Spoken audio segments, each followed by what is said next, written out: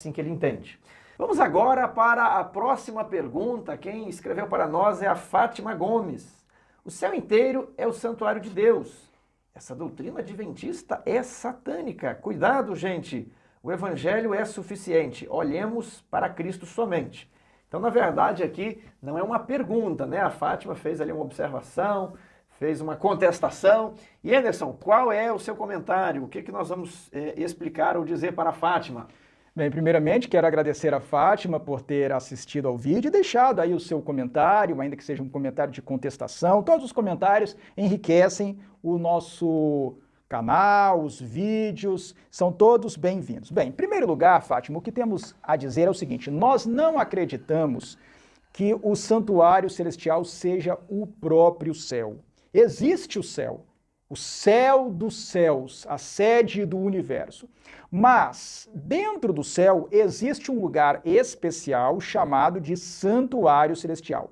E nós entendemos assim porque vemos evidências objetivas nas Escrituras nesse sentido. Vamos ver alguns textos que dão amparo a essa conclusão nossa. Primeiramente, vamos ver Apocalipse capítulo 11, versículo 19.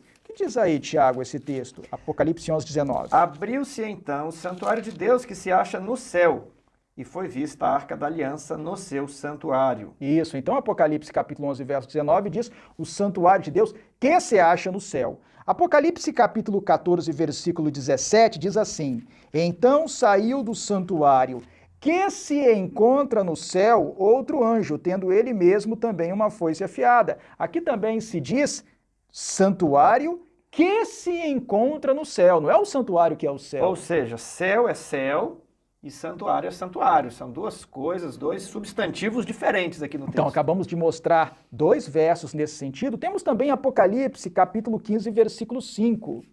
Depois destas coisas, olhei e abriu-se no céu o santuário do tabernáculo do testemunho. Mais uma vez é dito, abriu-se no céu o santuário do tabernáculo do testemunho. Então esses textos indicam que o santuário está no céu. Mas não somente Apocalipse usa essa linguagem. Se nós formos para Hebreus, carta aos Hebreus, capítulo 9, versículo 23, também vamos encontrar essa mesma ideia.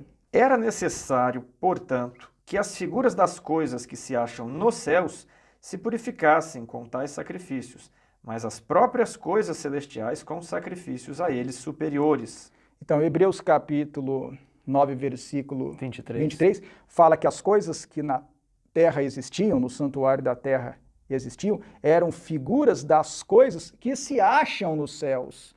Então, o santuário celestial, ele está no céu, não é o próprio céu. Bem, isso é o que nós tínhamos a dizer a respeito do santuário celestial não ser o próprio céu, mas ser algo que existe no céu. É claro que não queremos dizer com isso que o santuário celestial seja uma tenda, seja um lugar bem pequeno, tal como era o santuário terrestre. Nós, adventistas do sétimo dia, acreditamos que o santuário terrestre era uma cópia simbólica, era uma cópia em miniatura do santuário celestial.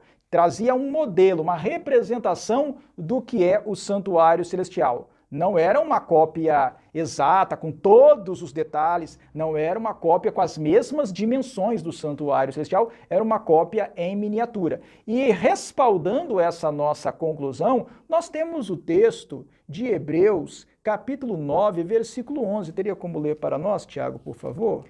Quando, porém, veio Cristo como sumo sacerdote dos bens já realizados, mediante o maior e mais perfeito tabernáculo, não feito por mãos humanas, quer dizer, não desta criação. Então, o texto diz que Jesus foi ministrar no maior e mais perfeito tabernáculo. Ele é maior, ele é muito maior do que o santuário terrestre, ele é muito maior do que era o tabernáculo do deserto, ele é muito maior do que era o templo de Jerusalém. Tanto é assim que quando João entra em visão no santuário celestial, ele vê uma multidão muito grande de anjos.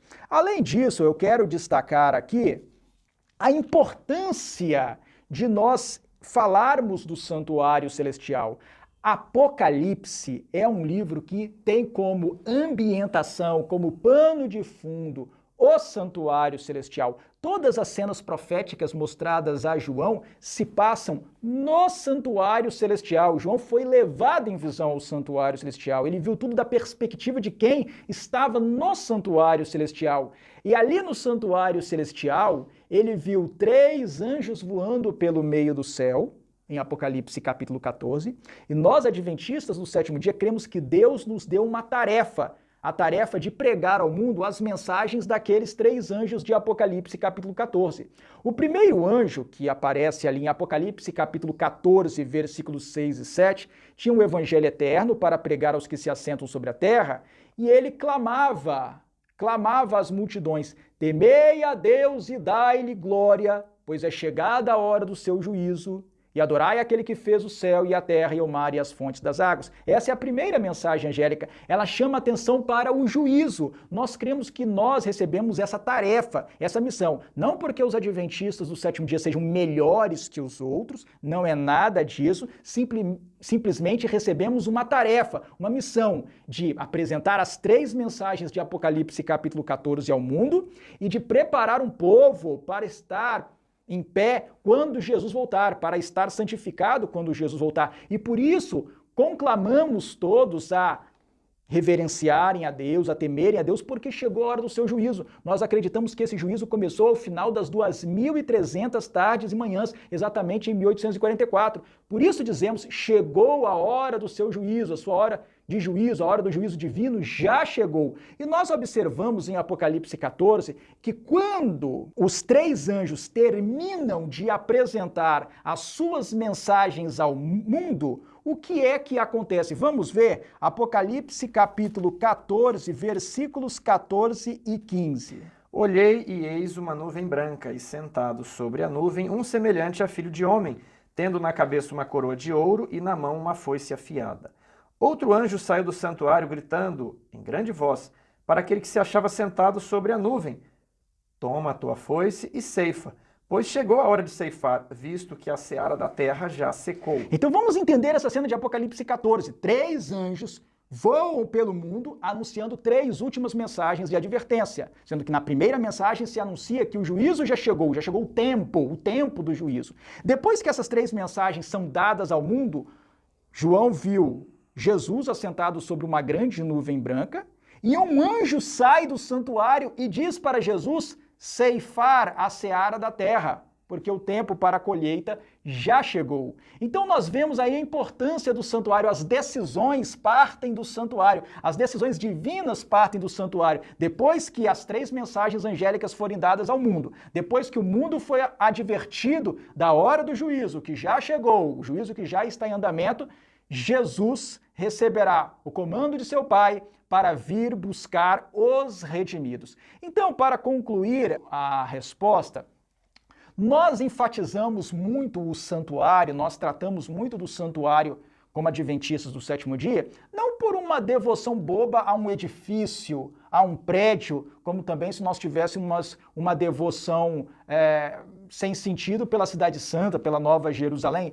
Não é isso. O santuário celestial é importante, assim como era importante o santuário da terra, porque o santuário celestial é o ambiente, é o palco do ministério de Jesus, o ministério de intercessão e também da obra de juízo que Jesus conduz no santuário celestial. A importância do santuário é porque o santuário nos mostra a obra de Jesus, nos explica a obra de Jesus, nos mostra o que Jesus fez na terra, o que Jesus fez depois que ele subiu ao céu até 1844, o que Jesus está fazendo agora no santuário celestial e o que ele fará assim que terminar o grande juízo investigativo, que a Bíblia chama de juízo da casa de Deus. Apocalipse nos mostra, ele virá para buscar o seu povo fiel e expectante. Então, a nossa ênfase no santuário é porque o santuário é o centro do ministério de Jesus no céu. Ô, Fátima, eu gostaria de fazer algumas observações ainda ao final. Existe uma tendência moderna de dizer assim: as doutrinas não importam, o que importa é Jesus. E aí a primeira pergunta, será que o próprio Jesus não é uma doutrina, né? Como é que ele nasceu, como é que ele encarnou, como é que a natureza humana se relaciona com a natureza divina? né, para onde que esse Jesus foi, então o Jesus também é uma doutrina. Então ficaria, né, arbitrário dizer que as outras doutrinas não importam, mas a doutrina de Jesus, né, somente ela importa. Essa é uma tendência pós-moderna de querer reduzir todo o evangelho, né, àquela história. Olha, Jesus morreu na cruz e se eu já ouvi essa história e acredito que essa história é verdadeira, eu estou salvo.